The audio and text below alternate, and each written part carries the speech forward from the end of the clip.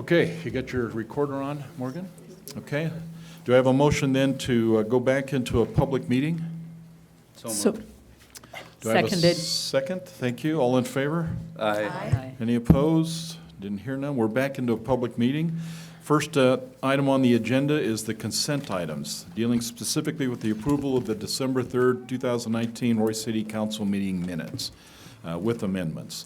Any comment, questions, concerns about those minutes? Council?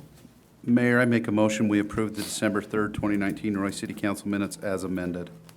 Perfect. Okay, do I have a second? I'll second that.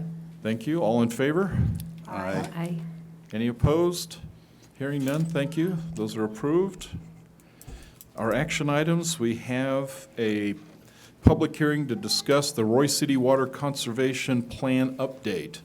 Who's going to present that? Mayor, maybe I can just start off and give a little Okay. bit of background on this. We're required by law to have a water conservation plan. We're also required that every 5 years, we're to have a public hearing and make whatever amendments we may think are necessary to that plan. It needs to be submitted. We found out about this, I think, in December. So at that point, we talked to the people down at the state and said, hey, we can have another, well, let me back up a little bit. At the end of 2019, we needed to submit something. So we talked to them about having a special meeting to approve it, and they said, oh, just send in the plan now. And then when you do your meeting later, submit the resolution to us. So that's what we've gone ahead and done, but this is what we have to do every 5 years, come back here, make any changes that we may have to that conservation plan and submit it to the state. So we've already submitted to the state, so what I would say is that we approve it as is, but if there are some amendments that you see that we should have, we can come back at a subsequent meeting, approve those amendments and forward that into the state. So it's a little unique because of those circumstances. Okay. And then Ross is also here. I should say that Public Works and Wasatch Civil Engineering reviewed it, came up with a plan. We've had a plan in place for years, but they came up with some additional changes and everything to this plan that we submitted in December. Okay, perfect. Okay, comments, questions, council? Okay. Go I ahead. agree that there are a few things that need to be changed, and so we just need to make sure we come back to that at some point. Right. Okay. With that then, do I have a motion then to approve Resolution 20-5, which is Mayor, adopting the water We conservation? need to have a public hearing, so we're going to have Oh, I'm to sorry, open this you're up to right. if there's any public comment. You're absolutely correct. I see it on top. Good point. Mayor, I make a motion, we go into public hearing to review the Roy City Water Conservation Plan update. Perfect. Okay, do I have a second? Second. Okay, all in favor? Any opposed? Great. Okay, this is a public hearing session dealing with the Water Conservation Plan update. If you have a question or comment, please step up to the mic. Just give us your name and your address. Anybody? Okay. Seeing none, do I have a motion to go out of public hearing? So moved. Do I have a second? Second? All in favor? Any opposed? Thank you. Okay, any other comments, questions about the conservation plan? Hearing none, council, then, do I have a motion then to approve Resolution 20-5, adopting the water conservation plan update for Roy City? I'll make that motion, Mayor. Thank you. That we approve the Roy City Water Conservation Plan update, Resolution 20-5, adopting the plan for Roy City. Okay, thank you. Do I have a second? I'll second it. Perfect, this is a roll call vote. Councilmember Burrell? Aye. Councilmember Paul? Aye. Councilmember Jackson? Aye. Councilmember Saxton? Aye. Councilmember Wilson? Aye. Motion carries. Perfect, thank you. Okay, now we just have public comment period. If you have something you'd like to share with us, any subject, any comment, please step up to the mic, tell us your name and address, and share your thoughts with us. Anybody have anything they'd like to share? Thank you.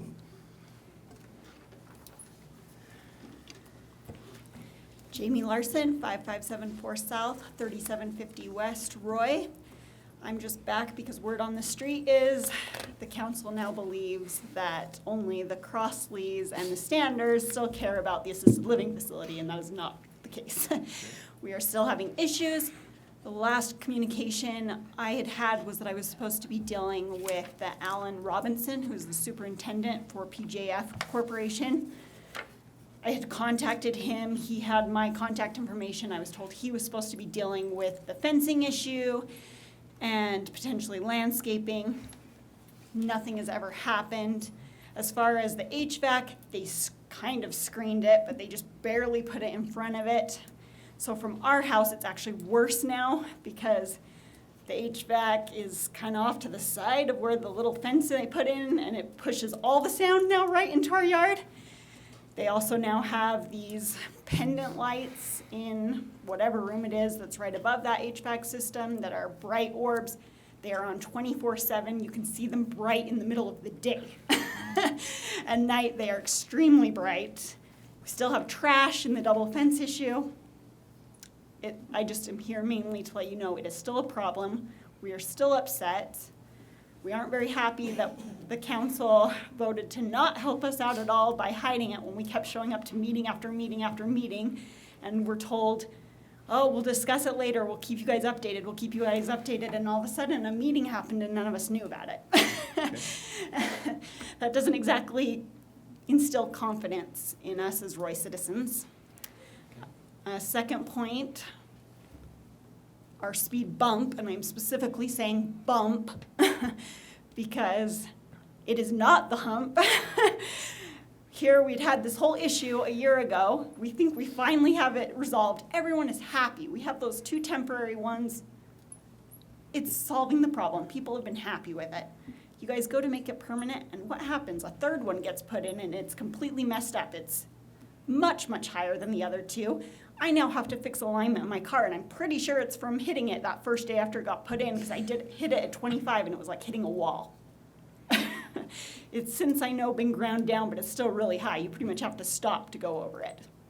So we're all concerned about that too, and would like that resolved. We don't know why money keeps getting spent on our road when that plan, transportation plan, has shown there's issues a lot bigger, in a lot of other places in the city, and yet for some reason, it keeps being our road, and honestly, a lot of the word is that it's Councilman Paul's street, and that looks pretty bad. I'm gonna be honest with you, Joe.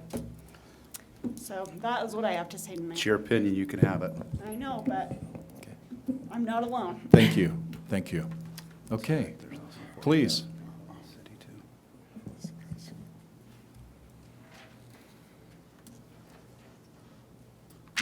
Mayor, members of the council, I'm Mark Bishop. I live at 5664 South, 3700 West. You've effectively silenced me for a lot of weeks with this, having to tell my address. I try to just keep that private, but I'm here because I guess I've kind of had it. And a lot of what I'm here to talk about has just been mentioned, so I'll try and be brief. But, you know, our neighborhood, and by that I'm talking from 3500 to about 3750 west, and 5600 to 5700 to 5600 south. We've had a lot going on. You know, it started with that ill-advised traffic circle, and then a lot of promises were made to the residents because of the Sunridge that hadn't been fulfilled. And I acknowledge that some of those you've been working on, but there are still problems there. And then we went to this traffic hump, well, this bait and switch. We were promised traffic humps and got traffic bumps. Back in November, about Thanksgiving time, my neighbor Jerry Williams came and talked to you about that. Correct. And you promised him that you would get back with him with a response.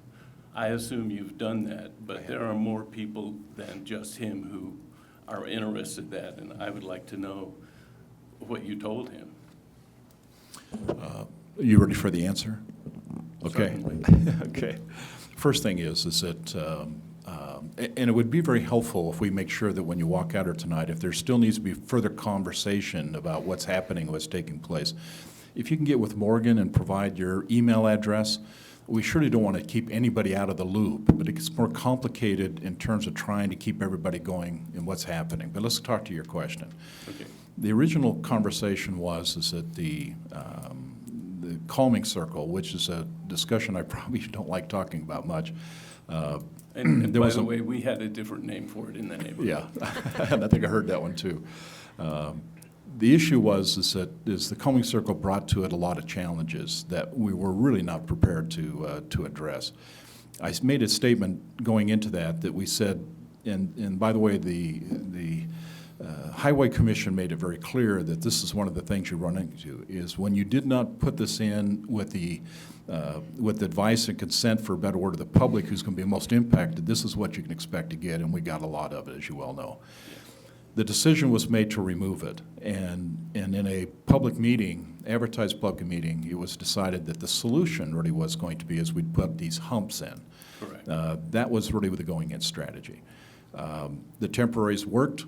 I think they were somewhat satisfied, and we went ahead and made the modifications. The reality is, and same thing I told Jerry, is that what was put in there were not humps. They were, for the better word, bumps.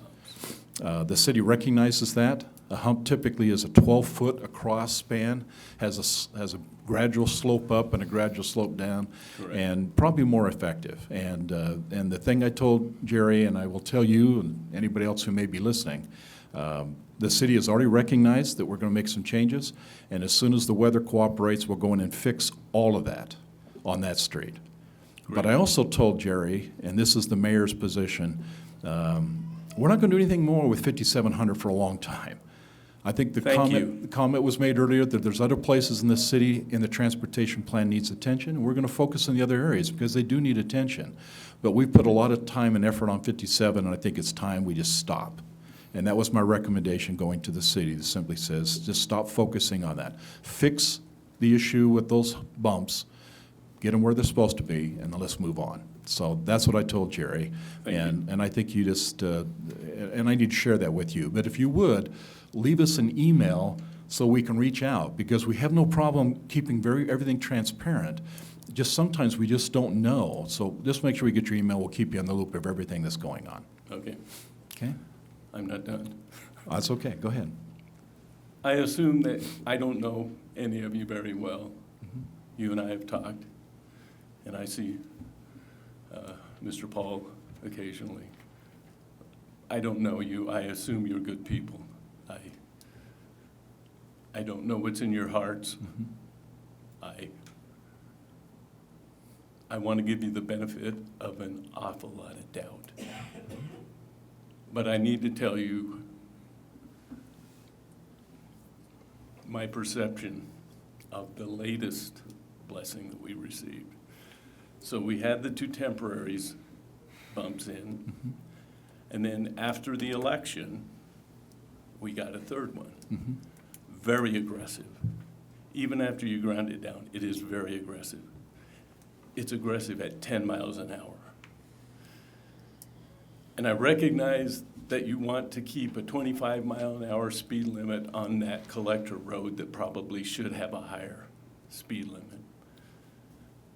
But that speed bump has effectively put a stop sign in that road for those of us who know about it. For those who don't, for those who come, like my son, who comes in the evening to visit me, only occasionally. So here's this very aggressive speed bump that isn't painted like the others so you can see it. It is marked speed hump, so people who see that are expecting a gradual rise and a gradual decline. It appears to me that this was done out of spite. And I think for those people who come down there in the time of diminished visibility, they are ill prepared for the shock to their person or their vehicle. I'm afraid you're gonna hurt somebody. And I think there needs to be action on that hump immediately. Okay. And then finally, and you kind of said this, so I'm maybe just repeating, please find another neighborhood to help. I understand. Thank you. Okay, thank you. Okay. I do appreciate the comments. Please, name and address. Thank you.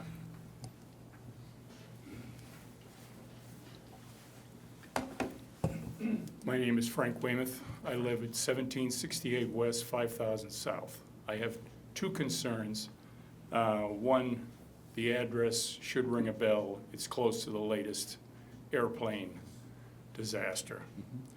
I think you've met with the Ogden Airport manager. I have.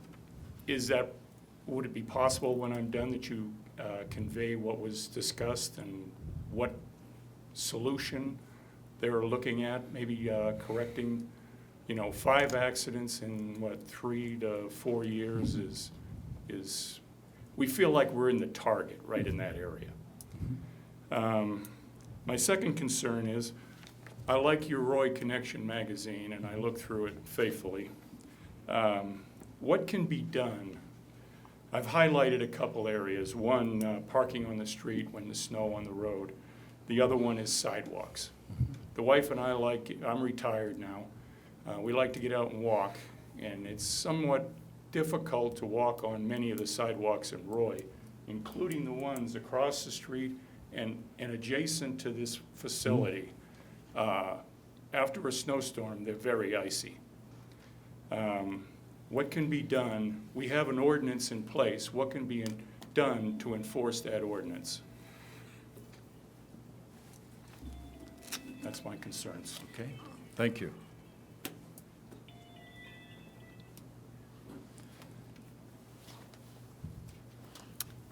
Could I ask a question on that? It's the icy sidewalks, it's not the maintenance of the sidewalks?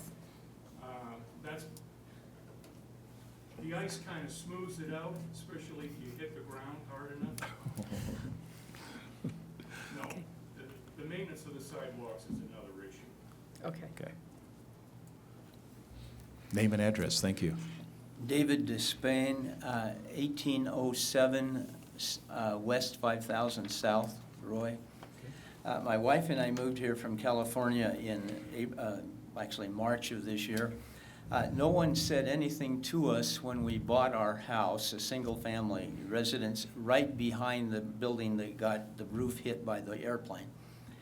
No one said anything to us that we were in an hazardous zone for low-flying aircraft. And I think something needs to be done with the approach patterns. I've been around aviation quite a bit in my life. And I have airplanes flying over my place when I'm working in the yard or out shoveling snow or whatever. They're coming from seemingly all directions. There seems to be no real order in it. And I've seen people, anyway, some of the pilots need further training. It's obvious, and it's a bit scary. The plane, the twin-engine plane that went down, had it had just a little more elevation, instead of hitting the roof of the house behind us, it probably would have hit our house and killed us.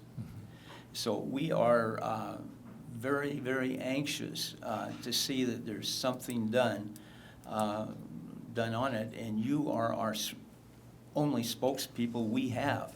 And we stand ready to volunteer to help in any way. But especially when I realized that in the paper and stuff that there are schools that are underneath some of this thing too. I am running into hundreds of people every week that are very concerned, and I guess they're not concerned enough to come out here and voice their opinion. But we really need your help. Something has to be done on this scattered, it's like an anthill. They're going every which way. If an approach pattern should be just coming into the airport, they shouldn't be flying this way across an approach pattern. That's all. Good luck on helping us. Thank you. Thank you. Okay. Anybody else has a thought? Okay, let me share just where we are in terms of the issue. Chief has called a meeting Thursday at 6 o'clock, asking for public to come, talk about the issues. We surely are going to, I want to support him in this important discussion. To your question in terms of what I was able to do, I talked to the airport manager. I've asked him to pull FAA expertise out of Salt Lake to bring the mayors basically from the surrounding cities together. He's making arrangements to do that with the FAA. And then we just need to sit down and discuss exactly what our options are, what's happening, and why is it happening to Roy. And hopefully from the outcome of that discussion, which I'm anticipating will happen sometime the week of 10th of February, they're still working that to set up that date and to get all the players there. We will have that dialogue, figure out what's the way ahead, and then try to figure out what we need to do to make it safer. So that's what we know at this moment. We're not an expert at this, but I think the FAA people are experts, and I think they can help us define maybe the way ahead. So as we get more information, what we can and cannot do, then we'll share that with the public and let them know what we've got planned, okay? But we're right on top of it to the level that we can, okay? Thank you. Anybody else? Anything else? Okay. Then we'll go out of the public comment period. This is time for the city manager, or in this case, the city attorney report. Anything you want to share with us, Andy? I really don't have much to share with you. In fact, I don't have anything to share with you tonight. You probably all know the city manager is going to be gone until, I think, through the end of this week, and then Right. he'll be back in the office Monday. So I don't know of anything upcoming other than we do have that meeting, and I think you can all address that. Okay, perfect. Okay, council report, anything you want to do, anything you're thinking of? I Ideas? just wanted to comment on the sidewalk. I don't know if they have 12, supposed to have 12 hours, or supposed to have to clear their walks off. I think that's what the ordinance is 12 Yeah. hours after the storm. Yeah. I had mentioned to the manager about putting that in the newsletter about, that it is in there, that It's in there. that notification maybe of people who, or elderly, or, you know, not able to clear their walks, that I would love, you know, for us to help those people. But people like apartments, you talk about those apartments across the street from Roy City that, you know, I mean, those should be cleared. But I know there's some people like in my neighborhood that aren't physically able. So I think there should be somewhere we could reach out to somebody, you know, and know their circumstances, why they haven't been, you know, the walks haven't been cleared, and maybe help them in some way. Form some kind of a committee or something to help those. I don't know if it's a code enforcement issue neither. I don't know. We need to figure that out, because I think it's a very important issue, and I'm always afraid of falling also on walks that aren't cleared. This includes businesses and single-family homes. Yeah. Right. And apartments. There, Yes. You go right up Roy, there's just so, businesses that don't. Yeah. so you're aware, the code enforcement officer was out and did hang warnings for future citations on several doors, because I got phone calls.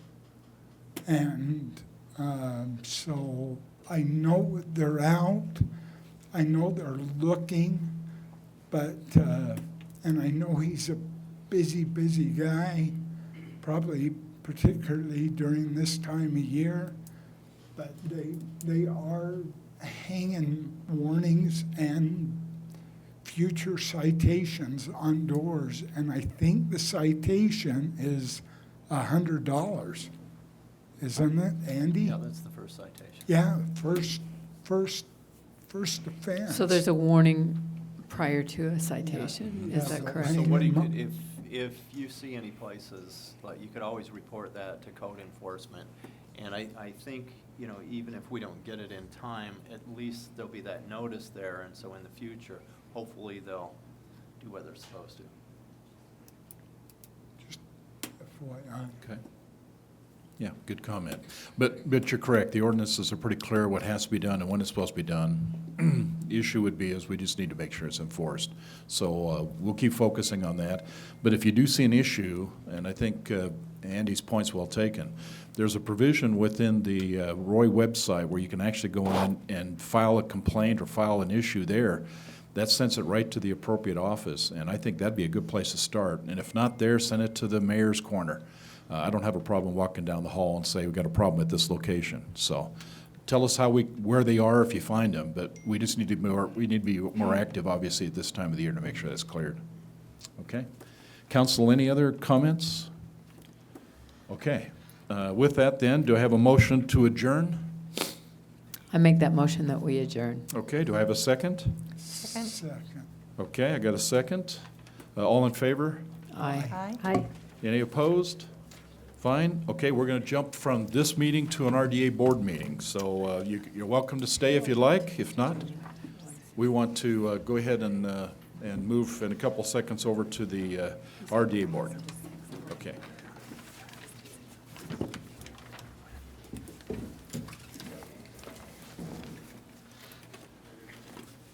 That sign, you can't read it. Joel Paul, okay. There, for some reason, it's just blacked out.